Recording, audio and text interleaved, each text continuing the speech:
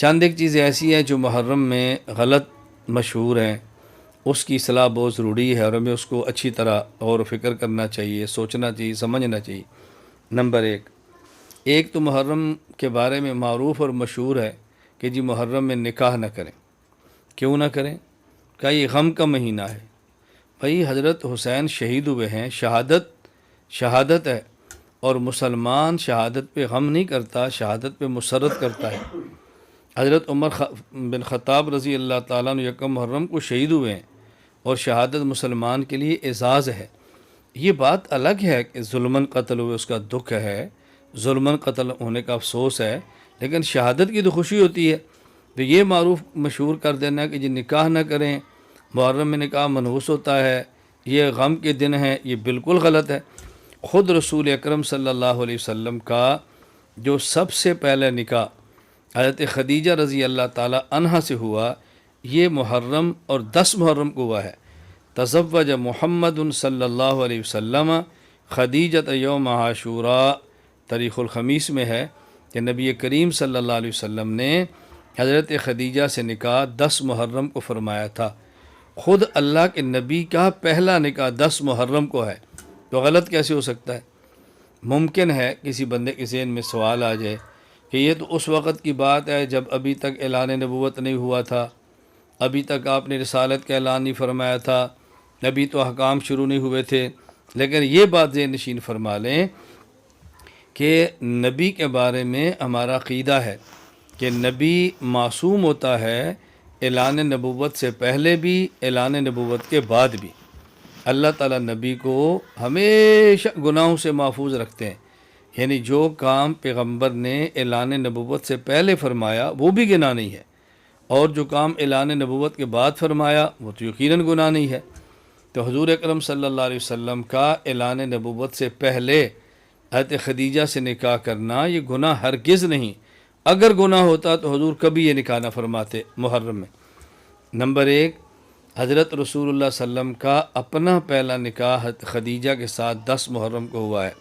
Number 2، رسول اکرم صلی اللہ علیہ وسلم کی زوجہ مطہرہ ام المومنین حضرت صفیہ رضی اللہ تعالی عنہا، ان کے ساتھ بھی آپ کا نکاح محرم میں ہوا ہے۔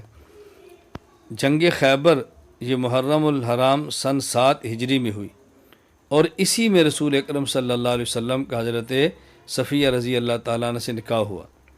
نمبر 3، نبی کریم صلی اللہ علیہ وسلم کی لخت جگر آپ کی بیٹی حضرت ام کلثوم رضی اللہ تعالیٰ عنہ، ان کے بارے میں ایک روایت ہے کہ آپ کا نکاح حضرت عثمان رضی اللہ تعالیٰ عنہ سے رجب 3 ہجری میں ہوا، ایک روایت ربیع الاول 3 ہجری میں ہوا، اور ایک روایت محرم 3 ہجری میں ہوا۔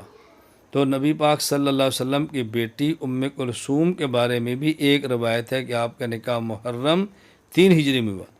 نمبر 4، حضور اکرم صلی اللہ علیہ وسلم کی بیٹی حضرت فاطمہ الزہرا رضی اللہ تعالی عنہا کا نکاح حضرت علی رضی اللہ تعالیٰ عنہ کے ساتھ ہوا۔ اس میں بھی 2 روایتیں ہیں، ایک روایت ہے رجب 2 ہجری اور ایک روایت ہے محرم 2 ہجری۔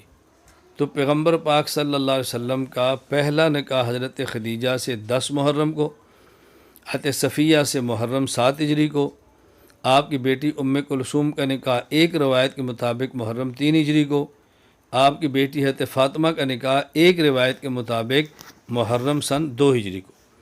تو یہ اگر گناہ ہوتا تو ایسے نکاح کیوں ہوتے؟ اس لیے یہ ذہن غلط ہے کہ محرم میں نکاح نہیں کرنا چاہیے۔ نکاح کے لیے بنیادی چیز کیا ہے کہ خود اللہ کے نبی کا ارشاد ہے کہ جب جنازہ تیار ہو جائے تو پڑھانے میں تاخیر نہ کرو، تدفین کرو۔ اسی طرح جب بچی کا مناسب رشتہ مل جائے تو پھر نکاح میں تاخیر نہ کرو، ان کا نکاح فوراً کرو۔ تو اللہ کے نبی صلی اللہ علیہ وسلم نے نکاح جلدی کرنے کی ترغیب دی ہے، اس لیے محرم کی وجہ سے اس کو مؤخر کرنا یہ ٹھیک نہیں اور یہ مناسب نہیں۔ تو محرم کے بارے میں نمبر 1، یہ جو مشہور نکاح نہیں کرنا چاہیے غلط ہے، نکاح کرنا چاہیے۔ جس وقت میں اور جس دور میں بعض جائز چیزوں کو لوگ ناجائز سمجھیں، اس دور میں اس جائز چیز کو رواج دینا چاہیے اور عمل کے ساتھ یہ باتیں ثابت کرنی چاہیے، تاکہ پتہ چلے کہ یہ لوگوں میں بات غلط مشہور ہے۔